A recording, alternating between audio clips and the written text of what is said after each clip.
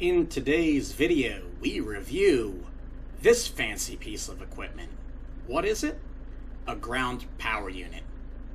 No, I'm just kidding. Let's actually hop on board the aircraft and discuss some important matters before we get this video started.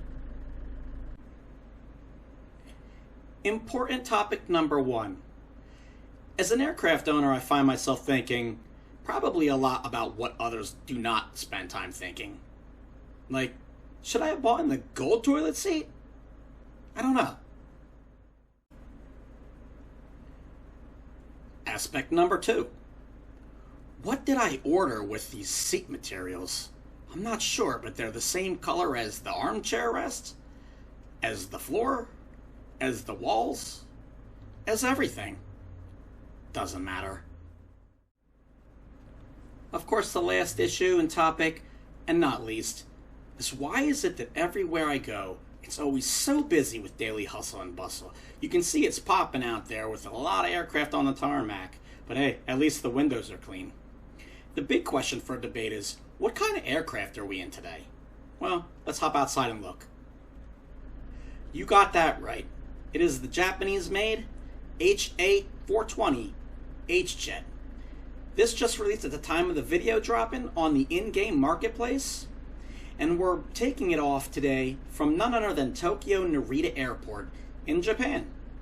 We're going to fly over Tokyo, we'll see the sights out the windows, and then we're going to make our way out to Mount Fuji. We'll spin around a lap of that, come on back for final approach back here at Tokyo Narita, and we'll call the video the end of the day. So how's about it? Hop on board with me. Thanks for joining. Let's get to the flight deck. Alright, so welcome to the cabin here. Flight deck to be exact. I know I joked about the ground power unit being what we were reviewing today. Of course, that was, silly joke. But let's go ahead and use it for the external power. That's why I brought that up, because there was the button we could just press right there. So we'll let the Garmin G3000 suite come alive here. Quite an interesting set of avionics for sure. They are extremely expensive in real life to have this level of flight information available to you. And it is quite thorough in this aircraft as well, which is really neat to see. I'm going to go ahead and turn on my cabin power just for argument's sake. And let's hop on down to these. Pause system test. Okay. Well, thank you for interrupting, but I appreciate the information. So let's go ahead and set this aircraft up. I've got us set for 180 pounds basically, but what's nice about this is all the system integration that this aircraft currently features at the time of, in-game marketplace release. So I would like to go and do some initialization. So system tests, it's all saying that it's done because I was preliminarily testing this, but let's go ahead and run through that so that you can see it. You just click on the screen. Let me bring the yoke up so that you can see the next one. Of course, we're doing the fire detection test. That goes on for a few moments, so just bear with that. And the stick shaker to enunciate a stall. And switch illumination. Okay, all done. Excellent. Status ready to execute. Okay. Let's go back a page, and then we'll do weight and fuel. I like this because you can manually check this off if you want to get in there to simulate it. You're right, you can go in here and you can enter your weights, so on and so forth. But what's nice is I like the lazy man approach, get from sim. Fantastic. And then you can go down to payload, get from sim, automatically enters it in. Fuel, get from sim, and then you can click next and takeoffs. So takeoff is the same, get from sim. I'm going to put in V1 and rotate. And then landings you can do get from sim and then V approach for now. And well, let's go ahead and turn them both on. Fantastic. So we'll go back to the home screen here. You already know that we're at Tokyo Narita. So that's RJAA in terms of the ICAO. And there's some checklists here before starting engines. And what's neat is you can kind of call it up here. And at this time, I feel like I've done some extensive research into being able to check these off the list. If you know a way to do it, please let me know. I could not find it, but we'll just roll through it one at a time, or so on and so forth. Let's go ahead and start that procedure there. I'm going to hide this yoke, as it were, real quick, and then I'm going to go ahead and turn the batteries on, and we'll go through that. I'll kind of just position myself here. Oxygen is on the left-hand side here. Okay, normal, right? Everything's selected there. Great. Okay, pressurization, normal. So pressurization, I believe, is pneumatic, cabin airflow, all that, anti-ice. Okay, fantastic, no problem. Also, the cabin, the plane gets really upset if you don't do the cabin power button, and obviously if it's a recommendation, you know, not a recommendation, rather a mandatory check mark, you have to have it on. But of course, pressurization, normal as well on the same location. So ELT, that's all set up for normal. Nose wheel steering, normal. Landing gear down. Of course, we have alternate gear release, that's right here. We have the parking brake, which is set right here. Very neat and familiar place. Flaps are up. Thrust reversals to cut off, correct. We have a speed brake if installed, which we do.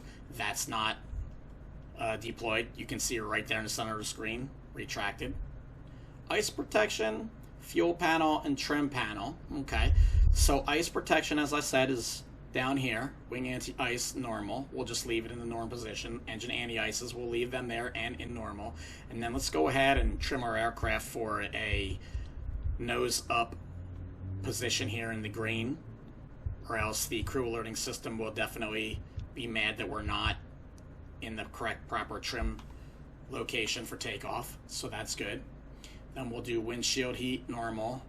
I'm going to say that we are normal because we are. And then pneumatic panel, normal. All these pretty much default to normal. So, yep, pneumatics are normal. Great. Excellent. And glare shield panel, dark. Chimes, normal, dark. Avionics, initialized. So, we're not really, as I said, going to go anywhere specific. We are located here, of course, at RJAA. And let's go ahead and zoom in our little center screen there, if I can actually get that to zoom in. I'm not 100% sure. There we go. Okay. As you can see, we are in Tokyo. And you can see at Narita where we're at. Alright, we'll leave it there. And then I'm going to go ahead and click on starting engines here. So passenger briefing, we don't have any but ourselves today. Rotor pedals adjusted, fantastic. Seats and seat belts, great. We're kind of just sitting in the middle here with our camera view, so I guess, you know, how ironic. Doors closed, everything's good. Parking brakes on. CAS messages. We'll just take a look at those. Low pressures on left and right, of course, because they're not running. Same thing with fuels.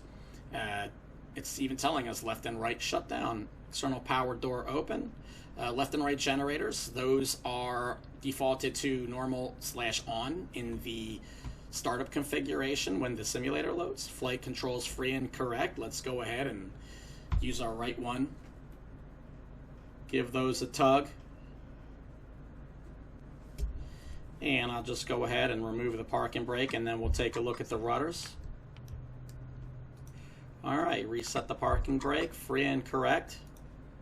Of course, that would require looking out the windows to make sure the deflections on the control surfaces on the wings and the rudder are actually proper. So anti-ice, it's not going to be a cold day. Transponder code entered. Alright, transponder is over this way, I believe. And we'll deal with that in a second here. So we'll do flight plan and flight ID. Confirm we don't have a flight ID. We're just VFRing today out over the city and then, of course, to Mount Fuji. Flight plan, we're just going to fly straight out after takeoff, make our appropriate turns to backtrack over Tokyo, and then head out to Mount Fuji, which is down to the southwest of us. So is Tokyo, for that matter. And we're going to set our flaps for takeoff. So let's set our flaps. Takeoff approach. Fantastic. Speed brake check, then retract. Let's do that. Extending. Retracting. Okay, fantastic. And I suspect that our takeoff an approach flap condition is not going to be met until we actually bring up some hydraulic pressure with, or engine runnings and having the generators. So we'll just leave that preset, no big deal. A little extra load on the aircraft, but that's okay. Speed brake, we're done with that. Cabin signs, parking brake, release. Okay, so let's release the parking brake then. We'll get back into the piloting command position. I'm going to step on the brakes. Let's go ahead and swap to the next page here. So that was before taxi, great. Nice to know we're doing it out of order. Well, at least we're prepped for taxi, or before taxi. So let's go ahead and, we got all that good. Yep, we already covered it. So let's go ahead and start the engines first. So right hand, looking for N2% rise, great. Okay, let's bring the right hand out of fuel cutoff.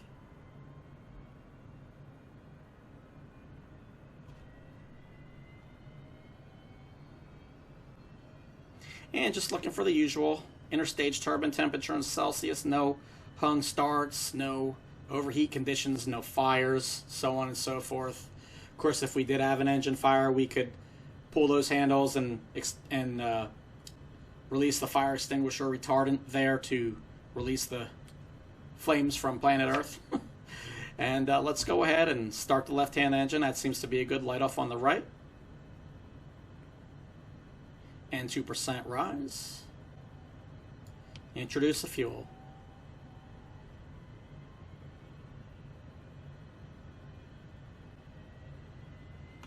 And looking for the same things. Oil pressure PSI, oil temperature, no hung start, no fires. And with that, as stated earlier, the flaps have gone to the takeoff and approach position. We do have our generators on, and we're looking at our crew alerting system here. Cabin power off. So let's go ahead and have that turned on. There is nothing there preventing us from technically taxiing out, since we already preemptively did the taxi takeoff pre-takeoff list there. No big deal. So brakes check, nose wheel steering on in normal, flight instruments check. Okay, fantastic. So the next one we're going to go to before takeoff. Flaps, trims, speed brake, CAS review, clear. Everything's good, flaps, trims, and let's do navigation set. So you don't have to wait too long for this navigational system to align. So we are all set with that. We're not going to any specific destination. This is just going to be a free flight, of course. And takeoff data and briefing complete. Radar as required, ice protection, no icing. Okay. We'll stage for the after takeoff. Fantastic. And we'll leave it at that. I'm going to let this engine warm up, and as soon as it's warmed up, I'll taxi to a different location, and then I'll come right back with you, and it should just take 1 second. And instantaneously, just like that, you're back. You can see we were right over there in that parking berth, and I just wanted to let the engines run over here in this slightly more quiet position, of course, and show you a couple features before we do take off. We're still on the before takeoff checklist there, so let's go ahead and go back one page. And I wanted to show you some of these aircraft systems in here. Of course, we're on status page here, but you can bring up environment, shows you the position of all the valves, everything green and functioning, the PSIs and the temperatures. You've got the electrical system, batteries 1 and 2, plus how many volts your generators are putting out, both left and right. You've got your fuel status. As you can see, we are topped off on all of our quantities in our tanks, as indicated. Hydraulical pressures and quantities, everything in the green. Fantastic there. And then, of course, your ice protection. As we stated in the pre-flight checklist, we were not going to run any anti-icing countermeasures because there's no ice today in today's climate. So, with that in mind, I'm going to go ahead back here and let's get over to the map here. And I'll just say heading up, of course. And then there's all kinds of different features that you can use for this aircraft. So you can half it and you can set different sizes, so on and so forth. right? But also what I wanted to point out was the fact that we could go back here and we can go into, let's see, not utilities, systems control. So you may have noticed this aircraft is fairly automated, of course, because it is state-of-the-art with the technology. Where's all the buttons? There's no buttons for strobes, there's no buttons for navs, so on and so forth. The beauty of the G3000 setup in this craft is that you can control a lot of it from these touch screens here. So exterior lights, for example. Taxi on, landing on, recog on, ice inspection off. Strobes on, we can do that, but we won't right now. Let's do navigation and beacon. And then logo, excuse me, we'll just leave that to normal. Most of them are in normal position, that's fine. I just like to go in and check it as it were. Thermostat, cabin controls, so on and so forth. Interior lighting. Footwells, pilot, co-pilot, fasten seatbelts, no smoking. And of course the intensity for the overhead. Quite a setup. So let's go ahead and bring up our ATC, find out what our barometric pressures are today for our instruments. Narita Airport information, Mike 0000 Zulu. Wind 018 at 8. Visibility 6. Sky condition, few clouds at 2,400 feet, few clouds at 4,700 feet. Temperature 2°. Dew point 10. Altimeter 29.81. ILS runway tree 4 left and ILS Yankee runway tree. Okay, so we'll set our main display up for 29.81, our standby for 29.81, and we'll also go ahead and verify that 29.81 is also in our co-pilot's heads-up display. That's always nice to see. Cross-connection instrumentation there, very nice. So, okay, we've got that going. Everything's all set up. Let's talk to Tower today and find out where they want us to line up on the threshold for takeoff. I'm going to tell them that we want to head straight out for now, and then we'll make our turn after we're in the sky. Taxi for straight out departure with Mike. November 420 Hotel Echo Taxi to and hold short of runway tree for left via taxiway Sierra 8 Kilo Mike tree, Mike Hotel to Alpha Alpha 10. Contact tower on 118.2 when ready. Okay, we will acknowledge. Taxiing hold short runway tree for left via taxiway Sierra 8 Kilo Mike tree, Mike Hotel to Alpha Alpha 100 Hotel Echo. And that's quite the readback information there. So that's one of the things that's nice about the G3000 screen here. You can sort of see where you're going to go. We are approximately heading on our displayed compass rose there, 312 degrees. You can tell that runway 34 is just a little bit directionally off to our right. So because it's the left side, you can see our aircraft and where we are positioned. So ML34 left is where we're going to be heading. As soon as I get there, it'll be another instantaneous supercut on the video right to the taxiway hold line before we're ready for takeoff. And I'll be right back with you once we're in position.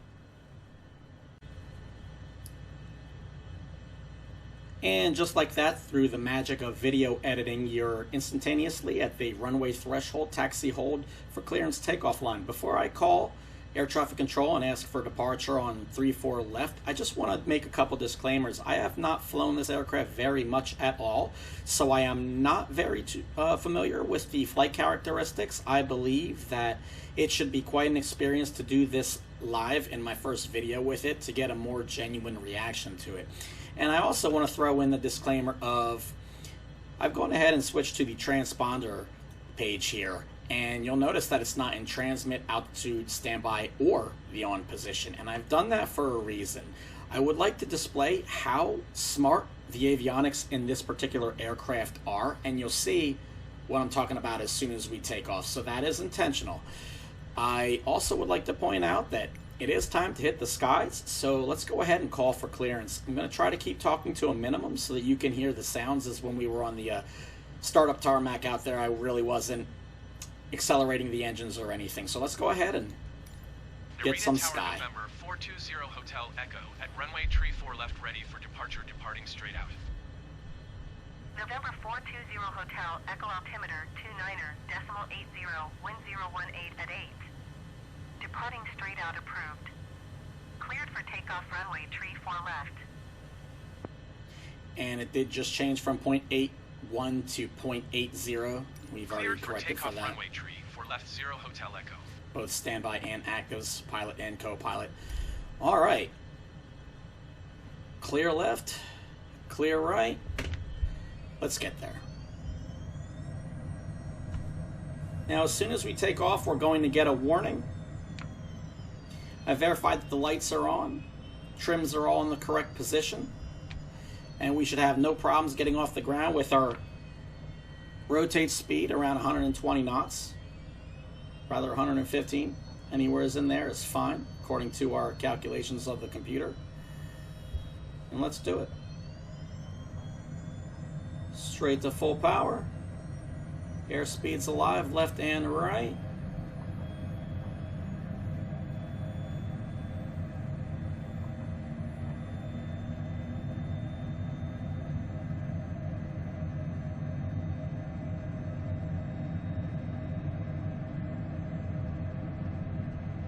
Rotate. And there's that warning message. It's a caution, so it's not a extremely dire situation, but we will deal with it. Positive rate, gear up. Flaps up. We're going to stay basically below 250 knots, under 10,000 feet. Pulling back power to save on the engine wear and tear.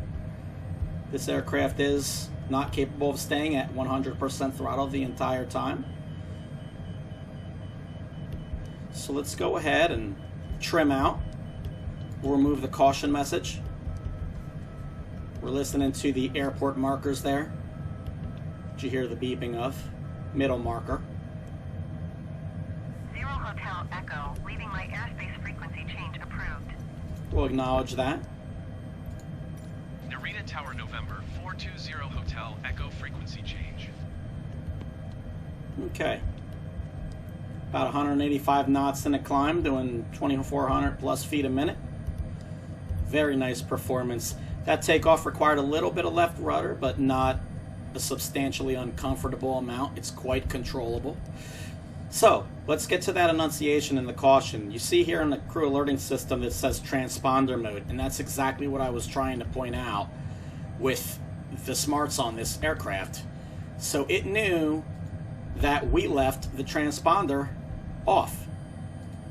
So we turned that back on and voila, we are in business.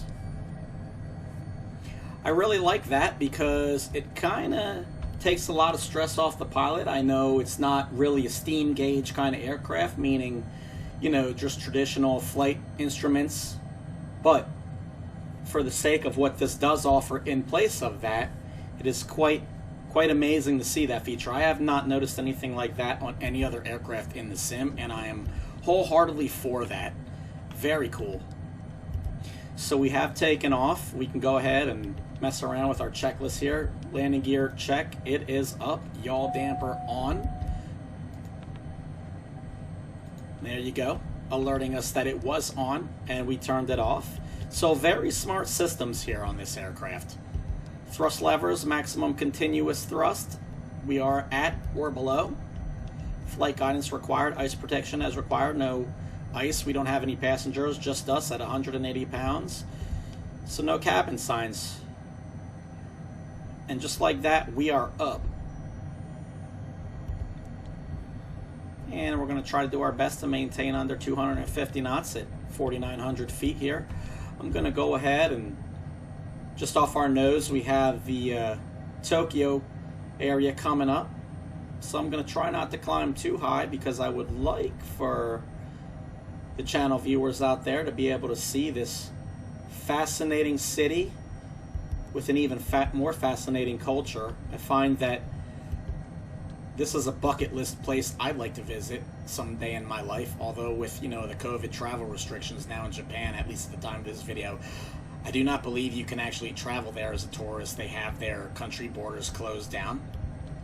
But I was introduced to the Tokyo culture way back during the PlayStation 2 era video games, and there was a game titled, I think it was by Genki Games, and it was Tokyo Extreme Racer, and it was a driving game that used to simulate the Japanese highways, where you would flash your high beams and you would go on a race. And of course in the PlayStation 2 days they tried to model it as accurately as they possibly could with the hardware that they had available to them to program the games with. But that is where I found my fascination for particularly the Japanese culture, because the game got me into a lot broader horizon with the Japanese culture.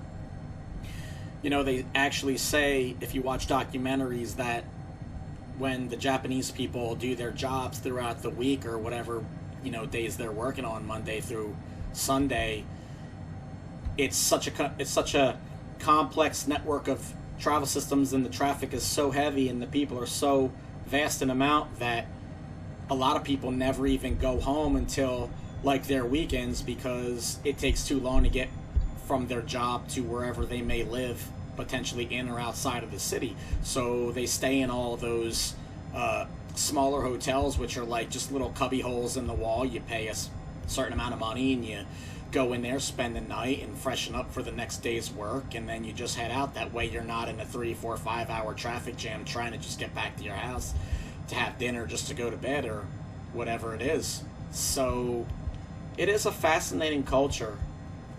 I mean, it's kind of like a concrete jungle, right? People on top of people on top of people. It is an extraordinary living condition that I feel might not be for everyone, but for me it's definitely something that I would at least like to see once in my life, should the border walls ever open up and the travel restrictions there be lifted, of course. But in getting back to the simulator here, I can definitely say, with the little experience that I have flying this HJET, truly, I should say, in love with it. That was a rather awesome takeoff, and I think it was neat to experience and be able to show the TCAS alerting system, as well as the yaw damper cut out there that the aircraft knew was already on, Landing which gear. we kind of turned off just to simulate the function. Of course, the automated annunciation there basically stating that, you know, we were at flight idle and we didn't have the wheels down, so it probably thought that we were coming in for an approach. But that's okay. So I'm going to make a sweeping right-hand turn here, and we'll head more over towards Tokyo's heart of the city there.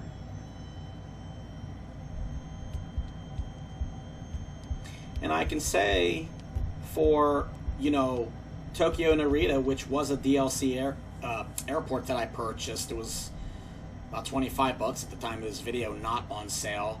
The detail there was quite extensive and well worth the price of admission ticket, as well as this aircraft is well worth the price of admission ticket, even at full price. And you can see with all the buildings and this 4K resolution that I'm recording in, I'm not having any issues with frame rates. This aircraft is super user-friendly, and it's also easygoing on the FPS as well. Nothing here is really requiring too much effort on the PC's processing behalf. Of course, that's Tokyo just ahead of us.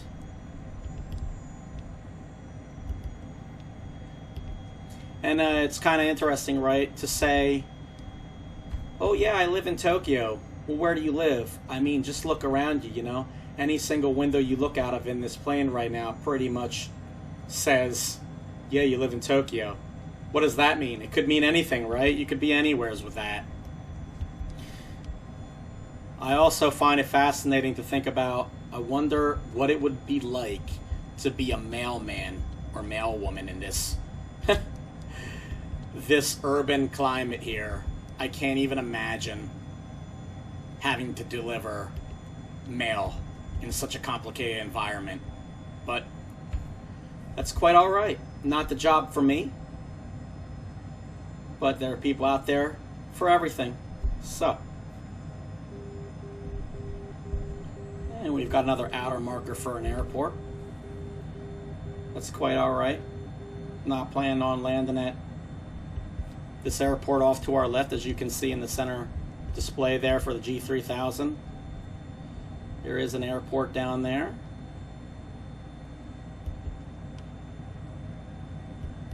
But that's okay. Flying through the airspace, just enjoying this Japanese manufactured and exquisite aircraft, along with this, you know, Tokyo Japanese skyline.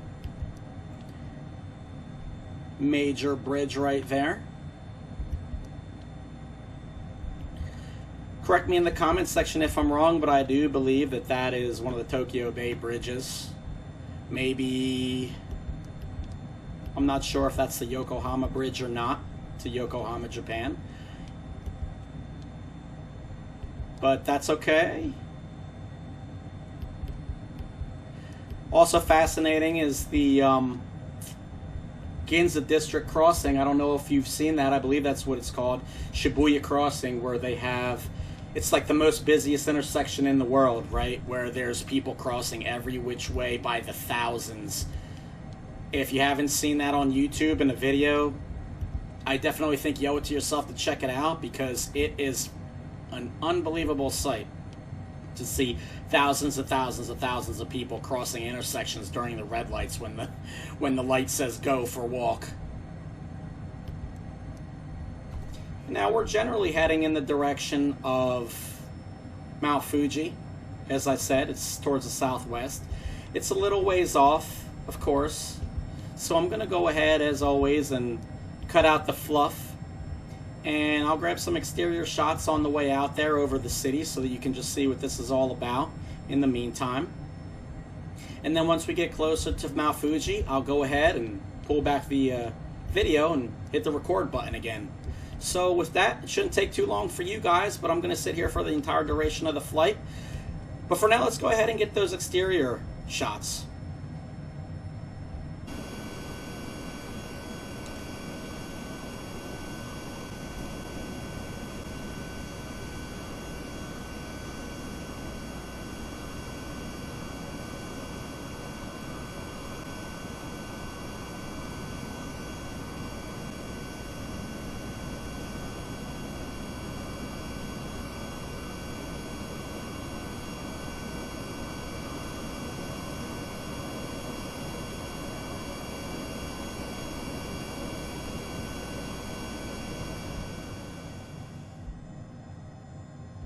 Alright, welcome back into the cabin here. I'm just on autopilot. We're going to fly by the heading bug here, as I'll have that swapped on in a second.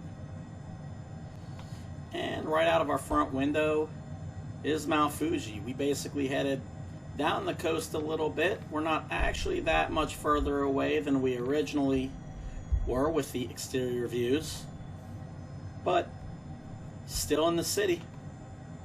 You can see.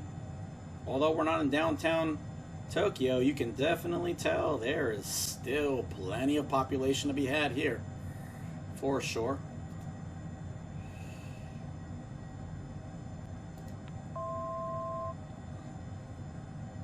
And we'll just stay at about 1100. Traveling a little low, but that's okay. We're still under 250 knots. And we're maintaining 1100 plus heading bug, so we are on autopilot, just cruising along.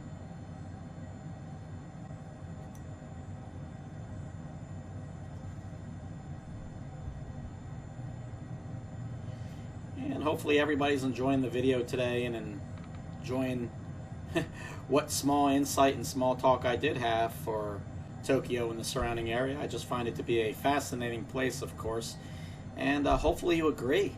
And I hope you agree with this aircraft being unique too, because I really enjoy this implementation of the G3000. I love the smart avionics that it has, and the ability to sense when things are wrong without too much of an effort. So even if you do make a mistake, the plane's quick to let you know. I like how it distinguishes between yellow and red caution messages. That's neat to see. And we're just going to pull up here. I went ahead and removed the autopilot. And we're going to just pick up some altitude while we head out to Mount Fuji. Of course, this is not a flight path you would attempt ever. But, yeah, it's the simulator. And more or less, we're just here to experience this HJET for, what it brings to the simulation. I really liked the two Cessnas that came with the different versions of the Asobo Microsoft Flight Simulator. They were really fun. I like the bigger one. I believe, what it was, it's the Longitude. That was an awesome aircraft. I wish the functionality of the systems in it was a little bit more high detail and quote-unquote study level, but, I guess can't ask for everything. The level of detail you get in this craft for the price, I mean, I would find a really hard bone to pick and an argument to be made that this isn't an exceptional offering for what you pay.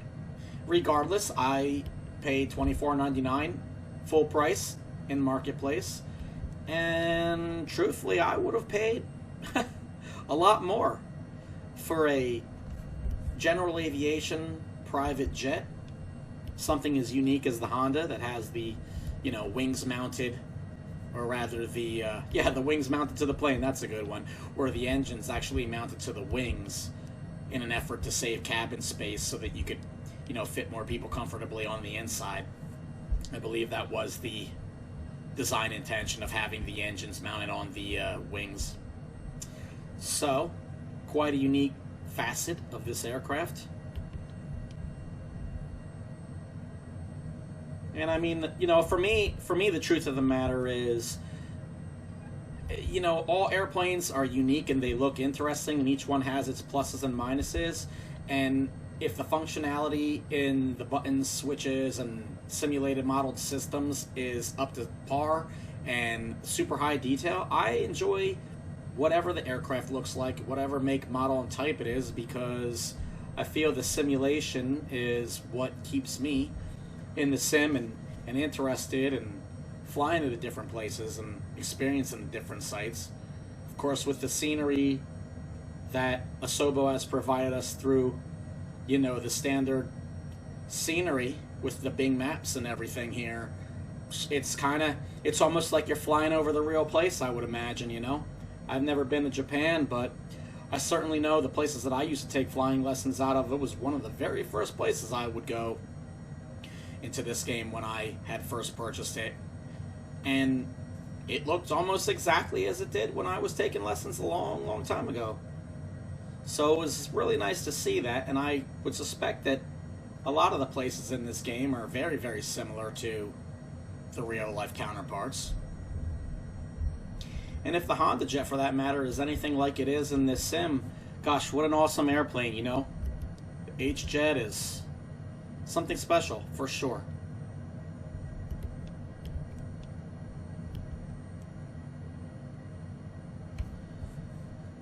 So clearly this is Mount Fuji.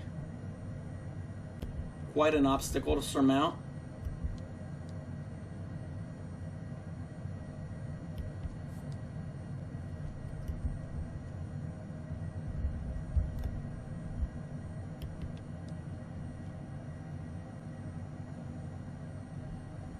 And this aircraft is, even with the clouds and the slight turbulence here that we have, it's awesome to see that this is pretty much just hands off. You can see on our yoke on the left hand stick there, just flying with the trim controls, really. Autopilot is off and the aircraft is doing its own thing. One or two clicks in either direction is pretty much all that you need. I do say so and approval myself.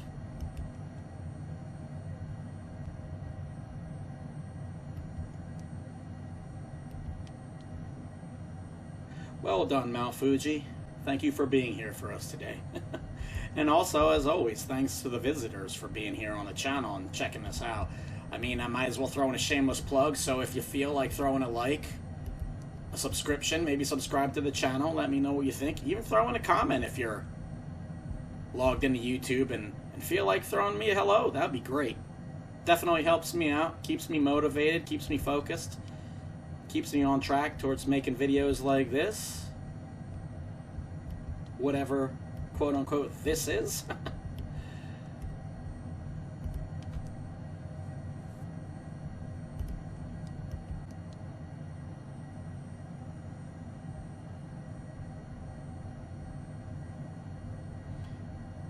And so we're making that circuit around Fuji here.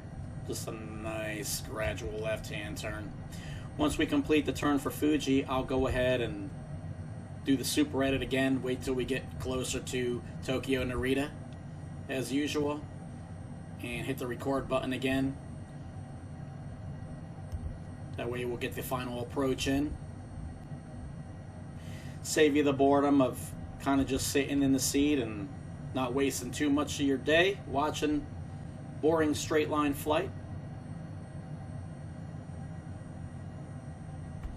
Maybe let's grab an exterior shot, huh? While we're flying around this mountain.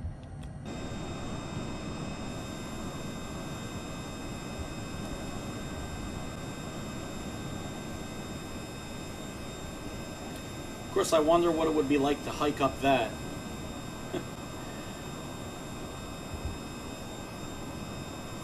I'm not even sure if you can do that, if you're even allowed to. I don't know. It looks like an interesting thing to try.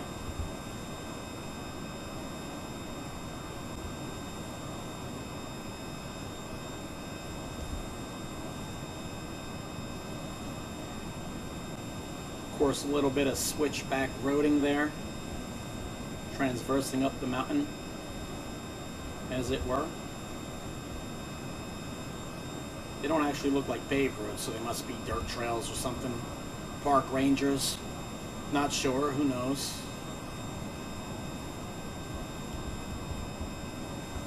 Yes, and if Fuji wasn't enough for you, how about that for a view? Equally as impressive.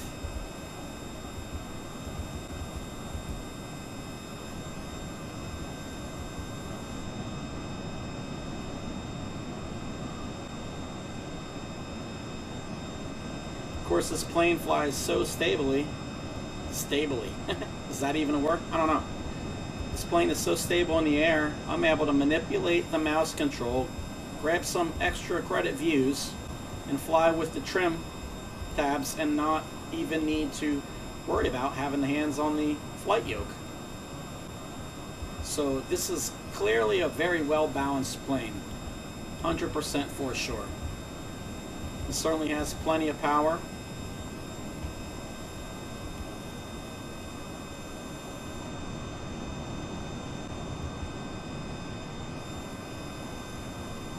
Of course, that's where we came in from. Kind of just flew up that coastline there.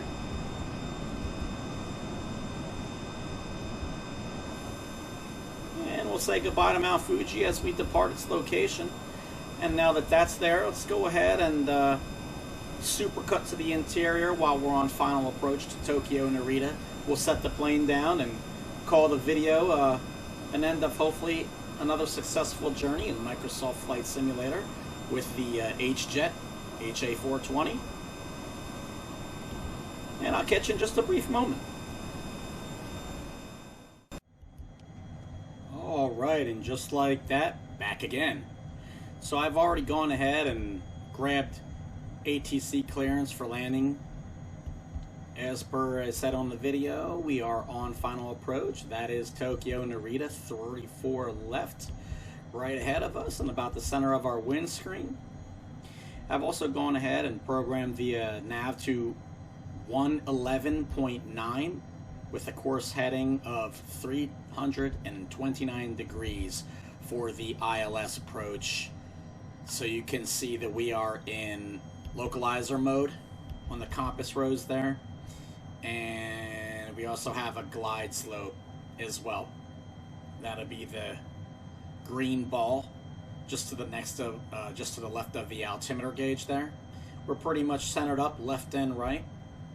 We're a little ways out though, so we'll go ahead and reel in that green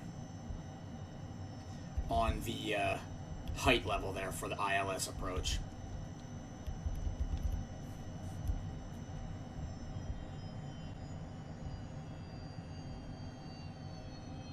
Pull back some power just to slow this bird down. And this is just, you know, for fun with the ILS programmed into the Garmin G3000 here. We definitely do not need it on these VFR conditions. And that noise that you hear is me extending the air brake. Bleed off a little bit of excess speed here so that we can start putting flaps and gear down. And now that we're a little bit closer, you should be able to see 34 left quite a bit easier than a couple moments ago, especially with that haze out there.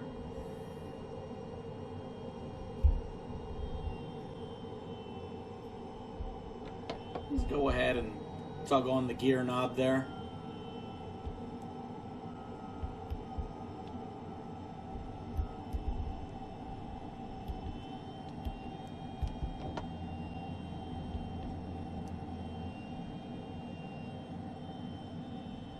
Still showing a little bit high, but that's okay.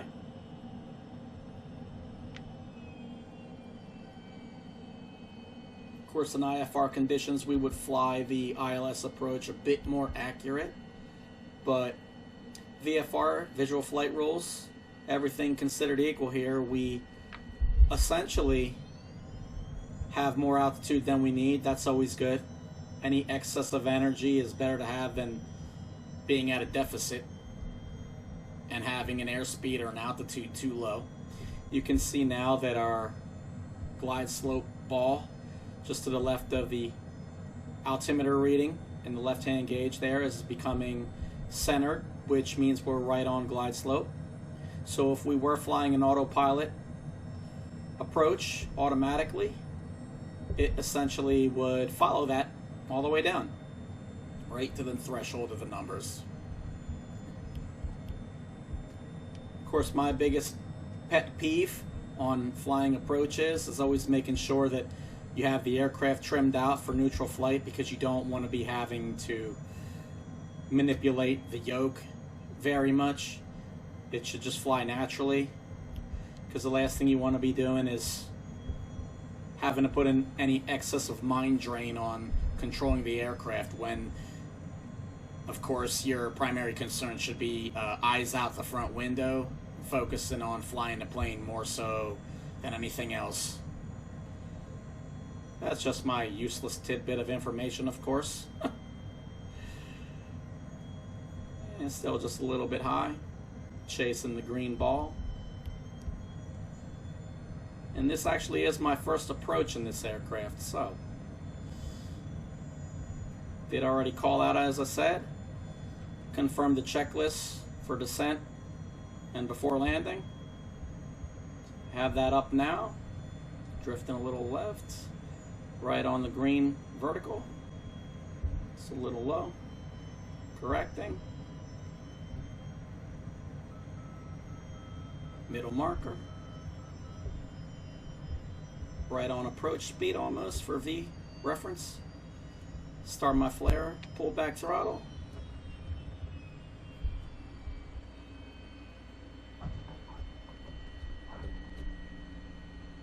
And let's get more towards the center line. Just chug a whole bunch of brakes, see if we can't make this first taxiway. Of course, this is not actually an exit, but for the sake of this video and not taxiing at 2 miles an hour down an active runway, we'll just go ahead and make that illegitimate right-hand turn there. That's great. Cleared the active, and we're very close to where we had originated our takeoff from. So I'll pull just beyond the yellow. For 0 Hotel Echo. And then I'll go to 121.95. So I'm not going to ask for this because they're going to tell us something specific. So Again, for argument's sake and saving time on the content here, what about if we just take a left here and then our immediate right, and we'll go over to this taxi stand over here and call that a day. We'll shut down and end this video at the same airport that we took off from. We got to see some Tokyo City. Of course, I made a lot of mentions about mostly useless information, but hopefully some of it was entertaining. And we got to fly a left-hand lap around Mount Fuji and bring ourselves back here to Tokyo Narita in this newly released HJET. And I can say for the price, this is an awesome offering. Feels very nice to fly, very smooth. The craft has weight to it. The simulated G3000 here, very neat. Love the touchscreen functionality. Overall, this is an aircraft that I feel like I'll be spending quite a bit of time in because it's just that nice of a cabin and flight deck to be in. So, this is clearly where all the rich people come to park. I mean, there's some Gulfstreams right there. How's about we just pull right up to that thing and attempt to embarrass it with our brand new machine here. They don't even know. They don't even know. That's right. Right on here. There we go. Exactly. We belong right here with the high-class standards of the Gulfstreams because we are indeed ourselves high-class members. So, let's turn this aircraft off. I'm just going to go ahead and pull the throttles back. We'll leave the systems as they were. I'll leave the flaps down. We'll just go ahead and turn off a few of these systems here. Of course, most importantly, let's just turn the batteries off to get rid of that dinging effect. And you see what I'm saying? They appreciated our presence because they already rolled out our ground power unit. Completely amazing. So, as always, I hope you enjoyed the content. Thanks for checking out the HJET with me. I hope it's at least given you some insight, because if I can reach just one person and brighten up one person's day, maybe add a smile to that day, I feel like I've done my job.